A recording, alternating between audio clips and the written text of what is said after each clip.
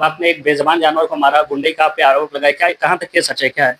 देखिए दिशन भाई, अगर वो बकरा या बकरी जो भी हो, अगर मेरा नुकसान भी करती ना, तो मैं ऐसा घटिया काम मेरे माँ बाप इतना सिखाए नहीं है कि ये बेजुबान जानवर को। ये तो सिर्फ राजनीति का षड्यंत्र है, वो आपको भी मालूम है और पुलिस डिपार्टमेंट को भी मालूम है। तो मतलब भाई आपके हिसाब से कल जितने चैनल में जो खबर लगी है, तो आप मतलब कैसे पुष्टि करेंगे कि बेज़ुबान जानवर को मतलब आप या आपके परिवार ने नहीं मारा है? पूरे शहर में तो एक अलग मैसेज जा रहा है, तो उसको आप कैसे पुष्टि करके साबित करेंगे कि उसमें आपका हाथ नहीं था, आपने बेज़ुबान को मारा नहीं है?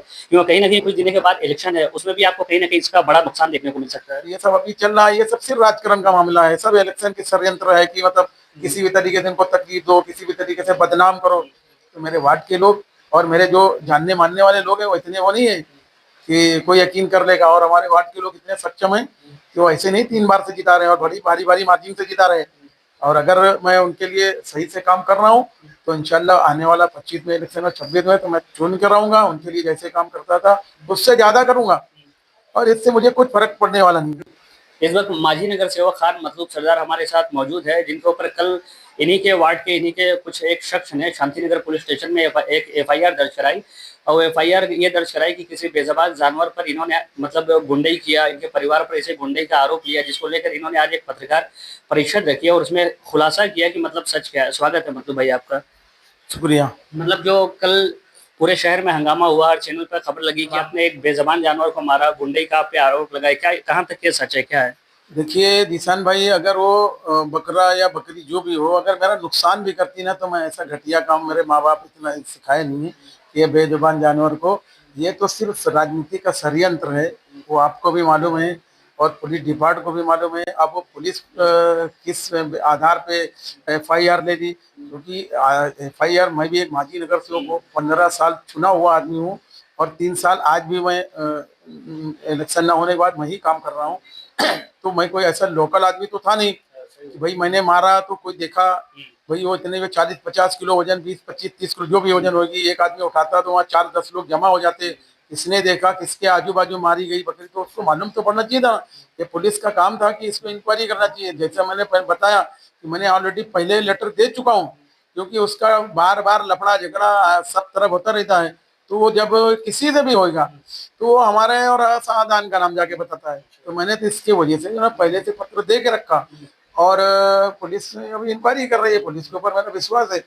मतलब इस मामले में जब आपके ऊपर एफआईआर हुआ और आपके परिवार के ऊपर मामला आया, तो मतलब पुलिस इसमें क्या एक्शन ली और आपने उनको क्या जवाब दिया इसके नहीं बाद? है, उन्होंने एक्शन तो मुझे, उन्होंने एफआईआर हो गई, मुझे जब मालूम पड़ा तो मैं खुद चल के गया, सीनियर साहब के पास गया, सीनियर साहब से मैंने बात किया, उसमें एसीपी साहब भी आ गए थे।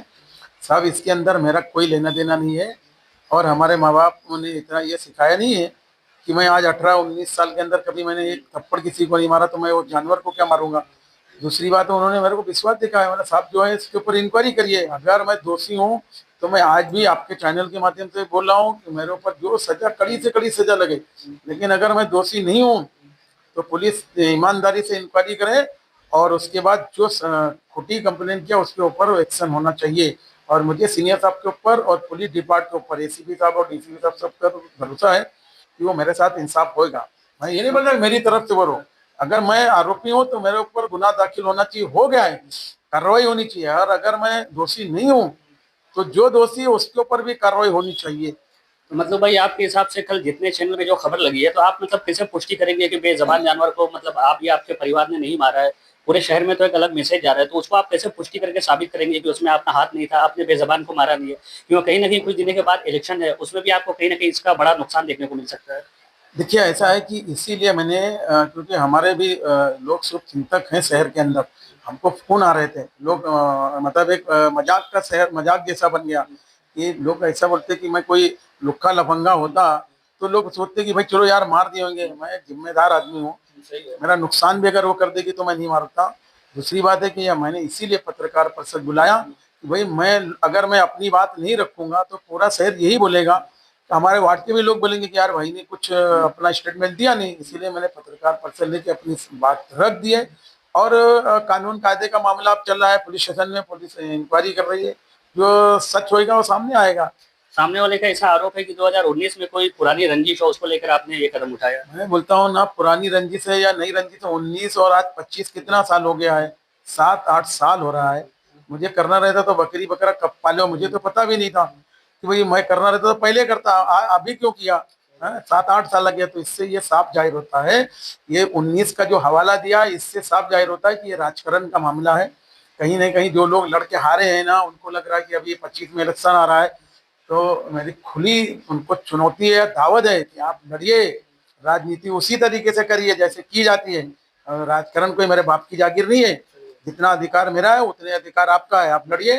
इलेक्शन में कोई हार होती है, जीत होती है, मैं जीतूं मैं काम करूं, आप जीतो आप काम करो, वो बात खत्म होती है। लेकिन ये इसका जो 2019 का हवाला दिया गया है वो भी बेबुनियाद है, खोटा है। अभी कोर्ट में हमारी सब चल रहा है मामला, इंशाल्लाह वो छूटेगा तो मैं आपको ही बुला के स्टेटमेंट दूंगा।